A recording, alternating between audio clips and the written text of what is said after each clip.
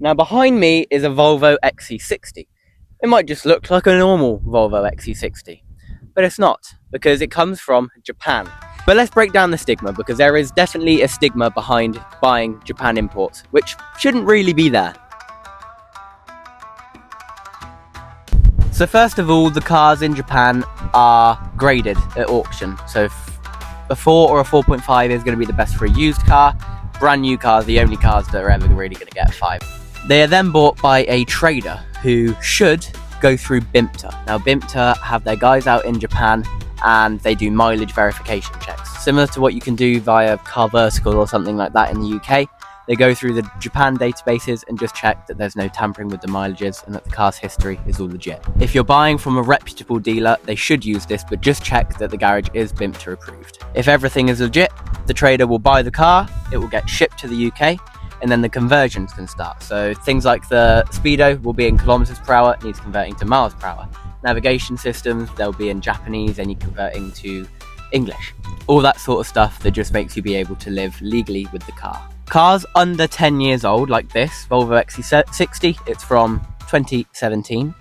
This needed to have an IVA, which is essentially an MOT on steroids. It checks the structural rigidity of the car, makes sure that there's no build quality flaws or anything like that. It's just very strict testing to make sure that the imported car meets the standards of the UK roads. Cars over 10 years old do not need an IVA, they just need your standard MOT. Bit backwards, I know, but it's just the way it goes.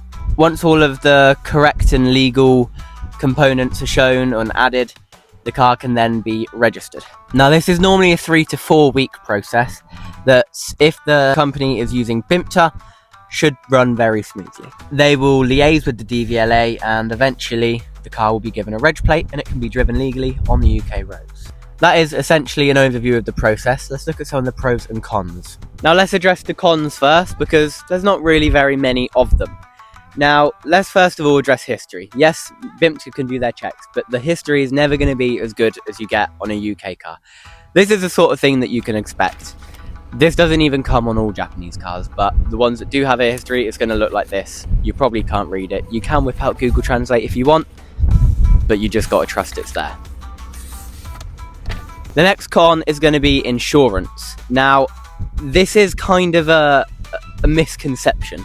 Yes, it can be a bit of a headache, but some of the big brands do offer very reasonable prices on import insurance. Admiral is one of them. Admiral is not going to be much more than a UK car. And then there's also other smaller companies that you've probably not heard of that specialise in imported cars, and you'll be paying the same, maybe a tuppence more than what you would on a UK car. And there's only really one other con, and that is the time it takes. The registration process is 3 to 4 weeks. You've obviously got to do the auction and shipping process. It can take a while. But if you're buying a car that's already in the country, that's going to take less time. It might already be registered and ready to go. Let's now have a look at some of the pros, because, well, there's quite a lot of them. Now, as I said, there's not going to be loads of history, but peace of mind can be reassured to you through the condition and the culture of the Japanese cars and the people that drive them. The Japanese do not salt their roads, which means rust is going to be minimal and the underbodies are going to be very, very clean. They're also much better condition, which means suspension components are going to be less worn, and a lot of their roads you have to pay to drive on. They have a lot of toll roads. The public transport infrastructure is also very, very good. All of that together means that less people drive and that the cars tend to be lower mileage.